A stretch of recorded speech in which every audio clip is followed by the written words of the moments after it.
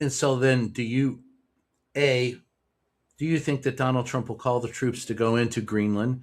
And B, how would you think that the military would react should he do so? Well, I'm a big believer in listening to what Donald Trump says and taking him seriously. He has everything that he said that has sounded crazy, he has tried to do. In the past, there were serious folks around him who may have constrained him. That is not true in this administration. And so we are Well, seeing that no one's trying to constrain him, or that no one sane is around him. I think both could be true. whichever it is, whichever it is, it does not bode well for American security and prosperity. And so, he's saying that he came out of the meeting earlier today or yesterday.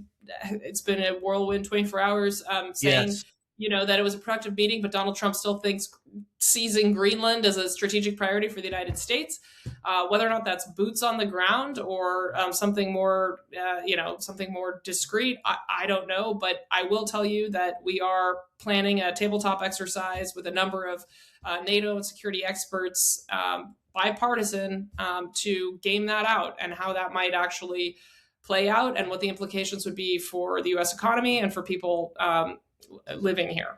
Well, I two things come to mind. A, France, and Denmark, England, they're all going to go send troops to game things out in Greenland. They're putting troops there.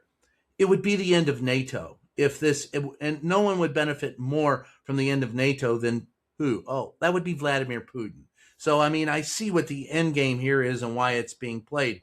But one of the things I remember most about growing up as a kid was the fact that I'm actually seeing headlines now about who would be the first drafted in World War III. They're gaming out the potential for a worldwide conflict. And I saw the day after. I know I know exactly what nuclear winter is. And I don't see a World War III as a traditional, infantry, boots on the ground, tanks. I see it as two guys pressing a button, and the next thing you know, we're all living in caves and hunting for food. We're hunters and gatherers. Who's ever left who hasn't died of radiation? I mean, that to me is where you know when you're considering escalation of the military.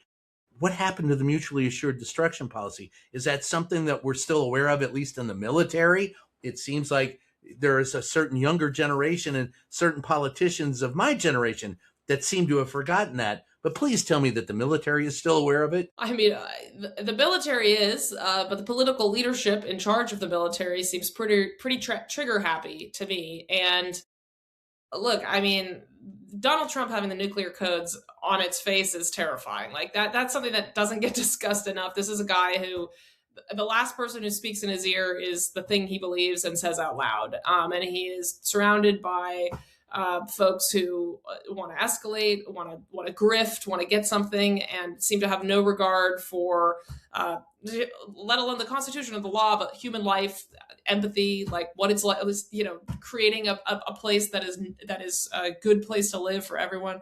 There's a lot of horrible outcomes. I would say I try not to spend in my professional life, I think a lot about the worst case scenario. That's kind of my job, and to help prepare decision makers and elected leaders to be able to respond in real time. But it's also important to touch grass and get outside and breathe air, because when you really start looking at who's in charge of this administration, I mean, the inmates are running the asylum. I don't even know if they're inmates. I I think they're the rats that the inmates ate, but that's just me.